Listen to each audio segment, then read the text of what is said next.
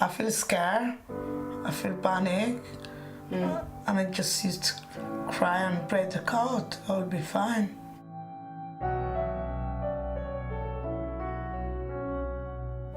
I was 9 years old, and me and my brother, my sister, and my cousin, we had FGM there.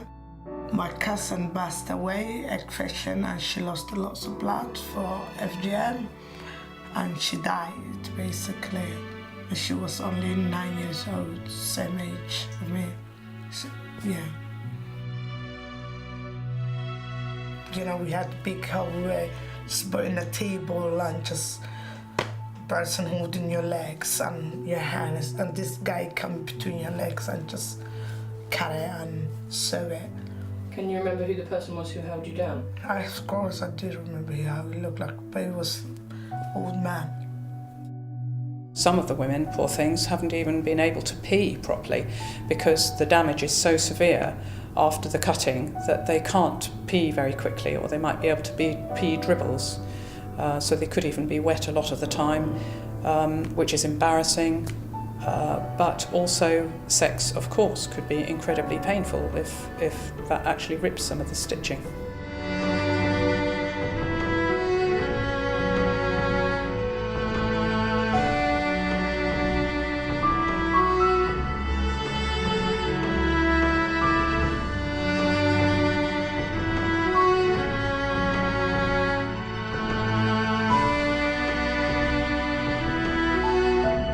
Female genital mutilation in the last few decades has become a growing British problem. FGM basically means, any mutilation of the female genitalia for non-medical reasons.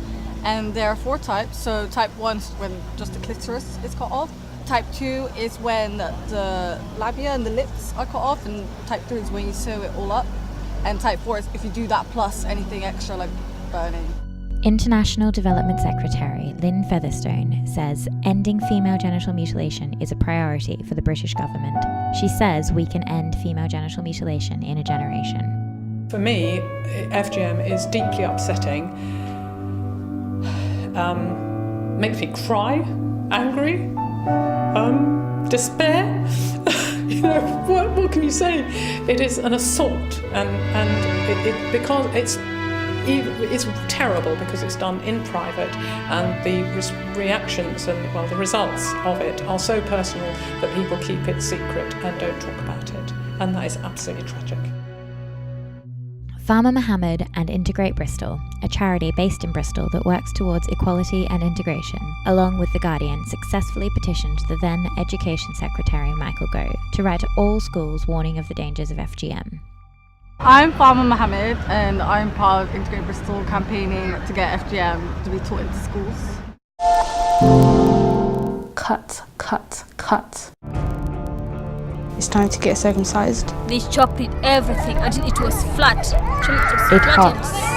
It's a pain you can't even. It's too harsh. I'll ruin a little girl's life, take all of her organs, cut them off. I felt the sharp cut. I will never ever forgive my parents for doing this to me. Here people think this is an outside. They should expect to find girls who have had their genitals mutilated. And it's happening in Britain. This child has been done here or out to control women's sexuality. The playground kids could be girls dying every day, but they don't make the news. FGM is illegal in the UK. We won't back down, and we won't go away. It's FGM to be, stop it. Yeah, Michael Gove wanna stop the patriarchation, put an end to female genital mutilation. Let's all say. You have to stay that side, sleep in that side, and you have to put your feet up like that, and then you got like something close in your legs, twisting, and then just like that side, you kind of sleep that all does. The question where it happens is a bigger piece of work. Am I big enough and brave enough to sit here and say that it doesn't happen in this city? No, I'm not. I wouldn't be brave enough to say there's anywhere that it doesn't happen. I couldn't understand why this was happening, that this is a thing, and out of all places this is going on in the UK. I do think that FGM is happening in Britain today. There has been anecdotal evidence over a period of time that would suggest that that's the case. There's plenty of evidence. It's done in this country. and there's plenty of evidence of people being taken abroad to have it done to them. There's world pressure against it. I think that Britain is behind the times if they don't join in on the world pressure against it. It's not your decision, it's your parents' decision, and it's normal. It's nothing you can argue with. Just they say, like, basically, if you don't have FGM, like, you easy to sleep around. So, like, the culture is in Somalia, they do FGM. It's not something I only had. It's something like my mom and my great-great-mom had that things done. There's no basis for FGM in any religion, there's no basis in any particular culture. It is a group of cultures that's affected, broadly speaking in Africa, but actually prevalent in Indonesia and Southeast Asia and parts of Kurdistan. From the young people's perspective, there were those from within their communities who were not happy with the fact that they were discussing this particular issue, that they were working with an organisation that was wanting this to become much more spoken about. There was a fear that they themselves may well be targeted or pressured to stop doing it. And I had the friend, and she's still very generous. She had FGM, and she always wanted to have a period. She cries, she don't move, she don't do nothing. She stay in the bed every time, about 5 days. And I said to her, go to the doctor, just ask them if they will open it for you, and they will. And you got certificate later on, you can show them. And she's still scared, she don't want to do that. Why is she scared? She said maybe no one's gonna marry her. Because then it will have been opened. And she's in pain. Yeah. It initially became illegal in 1985. That's when the FGM Act first came into effect. The difficulty we had then was that there wasn't any provision for offences being committed overseas and involving people that lived in the UK as residents. So the Act was amended in 2003. I think the perception that we're not doing much about it is basically that people look at our success in terms of prosecutions and convictions, and there haven't been any. And those portrayals don't tell the full story of what work we're doing to prevent this from happening. And every police officer that is involved in FGM work to any extent will tell you that our focus is very firmly on preventing FGM from happening as opposed to prosecuting it once it has happened. The other thing is we can only act on the information that's provided to us, and we get precious little in relation to FGM. There was a kind of criminal response, and that was it. It kind of stopped at that point. The law was put into place and it was written, but there were no structures around that coming from central government in order to enable frontline professionals and their managers and their structural leaders to kind of take that forward. That is changing, and it has changed over the last few years. There are sort of frontline professionals and those in other sectors that are coming on board with this now, and they want a different approach. I mean, our young people want protection. That's it really, and discussion and change in that way, because they will say, well, if there's a prosecution, then it means the system's failed. What our young people are now sort of moving on to is a change around the education system, and they're really targeting the education department and what is taught within school curriculums. What they've also done is recognise that FGM doesn't exist in a vacuum, that there is a cultural and contextual kind of discourse around it, and that it's about violence against women and gender inequality. So whilst FGM is the topic, they recognise that it's about putting it within context and within a British context. I definitely think education is very important. You know, young people were not given enough credit enough. I mean, these young boys and girls are going to be the next parents. And if we taught them that this is a wrong practice, that it shouldn't be done, that it's illegal, and also all of the effects that could happen to the girl, and that there's no reason why it should happen, then you just wiped out FGM in the next generation. I think it's all about education, really, and the empowerment of young people to know that this isn't a practice that they need to engage in. It adds no value to anybody, it does no good, and actually it has some really harmful consequences that women and girls have to live with through a lifetime. History shows us that cultural attitudes can be changed in certain ways, and raising awareness is one way of doing that. specifically around FGM is about making sure that you're speaking to the right people at the right times when they're ready to listen. Certainly the mindsets and the education that goes into kind of young people and their awareness raising is going to be, for me, the quickest way of bringing that about, because then when young people are speaking out about it, it empowers their parents to do the same and others from non-practising communities. I mean, the medical side is one thing, and that's dealing with the consequences being open to talking about it and hearing about it. But the cultural side is much more important. Yeah. Teach the children. Why not? Why not? Talk to little girls, talk to the parents and tell them how bad it is. Like, you just hurting your child, like you're forcing them, and like something, it's not nice. If you already had that, like me, I already had that, I don't want my daughter to have, and the people like never had, and they want to do children. I don't wish they to do, because it's bad. As an organisation, we're aware that there are a handful of schools in Bristol, there's a couple in London and other big cities, where our young people have been invited in to speak about the work that they're doing. So there's a bit of education going on there. Other than that, we're not aware of any schools. The main reason for that and the main barrier is within within education law.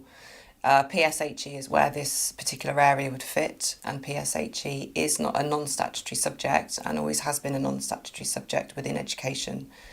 The fallout from that means there are schools in this city, and I'm sure around the country, that won't even have PSHE as a timetabled subject. There's a lack of structure. And what the structure also enables the parents to do is to withdraw their child from all or any aspects of PSHE, because it's a non-statutory part of the curriculum. And so schools may well feel that if they put very sensitive issues like this on their curriculum, that parents may be more likely to withdraw. So there's also that kind of fear that might happen. In terms of teaching our children how to be decent human beings and citizens, PHSE is probably the most important subject they can be taught. You know, you look at the things that really depress you about society and what goes on, and they're very rarely because people aren't that good at adding up or don't put apostrophes in the right place. They tend to be about, you know, failures in parenting, lack of self-esteem, substance misuse issues, mental health issues, all of those things that actually need somewhere to come together so that people begin the dialogue about how we address some of these problems. And PHSE is all about that, is all about setting people up to be good to themselves but also to be good to others. And the fact that it isn't statutory strikes me as a really missed opportunity, actually, because you know, generally we depend on our parents for our morality and our ethical approach to life. Well, if those parents aren't quite firing on all cylinders in providing those lessons, surely, as the people sort of responsible for educating these children, we need to fill up some of those gaps. And I know, absolutely, put it on the statute. In April 2014, the Education Secretary Michael Gove, in response to the FGM campaign, wrote to all schools in England alerting them to child protection issues and the dangers of female genital mutilation. The Guardian's petition gained the support of more than 230,000 people. What it did is that it sent a link to the updated child protection procedures to every head teacher in the country. So FGM would have been in that. Whether those head teachers, A, then read it, B, then understood that it was a reminder and why it was coming out at that particular time, depends on their understanding of this particular subject. I do know that the girls, including Farmer, who was leading the campaign, who went up to the Department of Education and had that meeting with Gove, I know that they're disappointed with the content of the letter and that they were led to believe that it would be a bit more along the lines of what they're asking as opposed to what it was. It was kind of in a kind of child protection context as opposed to singling that particular issue out. There have been concerns raised by some that FGM is a horror that children in this country should not be exposed to. However, there are an estimated 24,000 children in this country who are at risk of FGM every year. Sarah Vine has recently said, How would you feel if your innocent 9-year-old trotted off to school one morning and came home wide-eyed at the horrors of female genital mutilation? I'd be furious. Why introduce this nightmare concept to every child in the country by teaching about it in schools? Sarah Vine's arguments have kind of been knocking around for quite a long time, really, about children are too young to learn about kind of issues around FGM, but it's about keeping them safe. It's about ensuring that young children, no matter what their age are, that they understand that their body is their own, they understand that they can say no, and that they understand where and who to get help from if they're ever in a position where they may feel that they or their friend might be abused in some way. And the fact that it's FGM doesn't make any difference. It's a child protection issue, and we would want our primary school children to understand that they live within a society where they can go for help if they feel that they're threatened in any way. And that's what the education's about. It's not about showing horrific pictures of abuse, in the same way that it wouldn't be about showing horrific pictures of any other type of abuse that you might be trying to educate your children around. It's an absolute outrage, because one of the cases that I'm investigating, and I can't talk about it in any depth, comes from an area that nobody would ever have thought would have an FGM issue arise. So, I think that's quite an arrogant outlook, and actually that sort of outlook is what pockets behaviour. You can't put into pockets where behaviour is likely to happen, and actually we can't choose which parts of this we talk about and we don't talk about. You can't ignore child protection issues just because you happen to be lucky enough to live in Cornwall and not in the inner city. It doesn't work like that. We have an obligation to children across the board, and we can't pick and choose which children we're going to expose to horror and which children we're going to protect from it. What we can do is work towards lesson plans so that you can teach these issues to children in a way that doesn't horrify them, doesn't damage them, but actually gives them that initial spark of commitment to want to do something about it. What we need now is some positive action and commitment behind those words and behind the government's pledge that, to end FGM in a generation. So we need a little bit of action. We need Ofsted to firmly hold schools to account if they've not got embedded FGM policies. Think about give you the power, like putting you on the table and cut your skin, man. It's not nice. I never do that to my daughter, never. I don't have something you got, it's not. I don't trust still. I don't want my daughter to have what I have. I don't want my daughter to be through all of that things. I think my perfect world would just be like, everyone treated equally. Boys, girls, doesn't matter what race, what country, how old you are. We're all taken as seriously, and I just don't want this practice to keep going on. I came here for safety, for have a better life, yeah.